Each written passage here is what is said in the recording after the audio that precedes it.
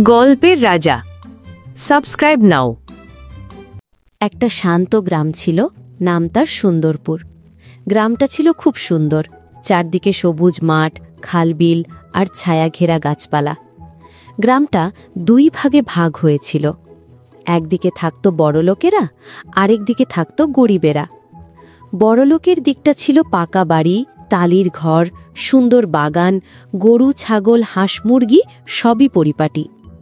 তাদের ঘরে কখনো অভাব আসত না। প্রতিদিন নানা রকম খাবার রান্না হতো। বড় বড় হাঁড়িতে ভাত, মাছ মাংস আর মিষ্টির গন্ধে চারদিক ভরে যেত। অন্যদিকে গরিবদের বসতি ছিল অনেকটা ভিন্ন। কুঁড়ে ঘর, খড়ের ছাউনি, ভাঙা বেড়া আর অভাবের কষ্টে ভরা দিনযাপন। তাদের কাছে দুই মুঠো ভাত জোগাড় করাই ছিল অনেক বড় ব্যাপার। অনেক সময় না খেয়ে থাকতে হতো। তবে গরিবেরা ছিল পরিশ্রমী। সকাল থেকে সন্ধে পর্যন্ত খেতে কাজ করত। কেউ মজুরি করত, কেউ আবার নদীতে জাল ফেলে মাছ ধরত। তাদের মন ছিল সৎ আর পরস্পরের প্রতি দয়া মায়ায় ভরা। একদিন গ্রামের দুই দিকের মানুষের মধ্যে একটা ঘটনা ঘটল। হঠাৎ গ্রামে ভয়ানক খরা দেখা দিল। মাঠে ফসল শুকিয়ে গেল, পুকুর খাল সব শুকিয়ে গেল।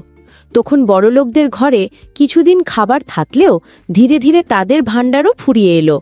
অপরদিকে গরিবরা, যাদের অভ্যাস ছিল সামান্য নিয়েই বাঁচতে, তারা একে অপরকে সাহায্য করে টিকে থাকল। নিজের হাতে একটু মাছ পেলে বা সামান্য শাকপাতা পেলে সবাই মিলে ভাগ করে খেত। গ্রামের বড়লোকেরা তখন বুঝল, টাকা আর ধন সম্পদ সবসময় কাজে আসে না। আসল সম্পদ হল পরিশ্রম, দয়া আর মিলেমিশে থাকার মন। এরপর থেকে গ্রামে আর কোনো বিভেদ থাকল না।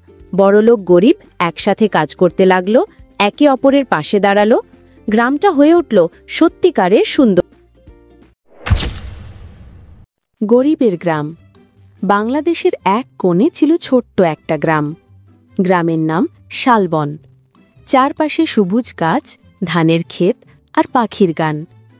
দেখতে সুন্দর হলেও গ্রামের মানুষ খুব গরিব ছিল। কৃষকের কষ্ট।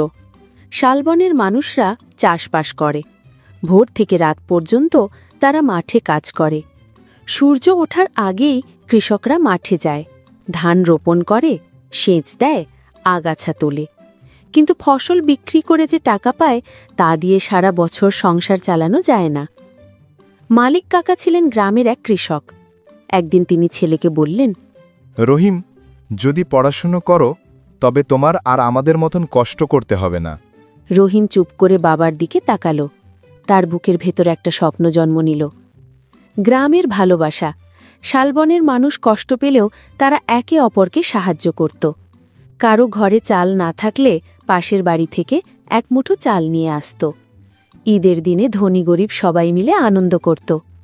ফাতেমা খালার ঘরে একদিন রান্না হয়নি। খবর পেয়ে পাশের বাড়ির হালিমা খালা হাঁস মেরে ভাগ করে দিলেন।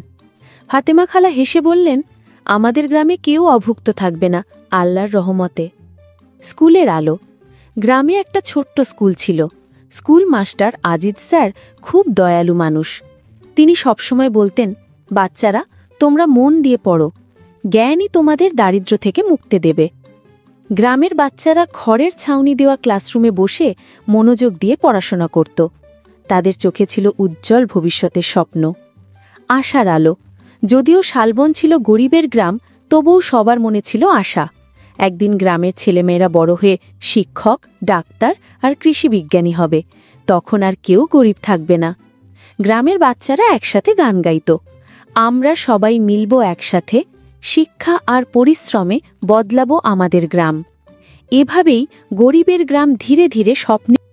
এই চ্যানেলের কার্টুন ভিডিওগুলো যদি আপনার ভালো লেগে থাকে তাহলে এখনই চ্যানেলটি সাবস্ক্রাইব করুন এবং বেল আইকনটি চাপুন। তাহলে আমাদের নতুন ভিডিও আপলোড হলেই আপনি সবার আগে দেখতে পাবেন। বন্ধুরা, আপনাদের কমেন্ট নিয়ে এরপরের ভিডিওটি বানানো হবে। একটি ছোট্ট করে কমেন্ট করে যাবেন আপনাদের কেমন ভিডিও পছন্দ।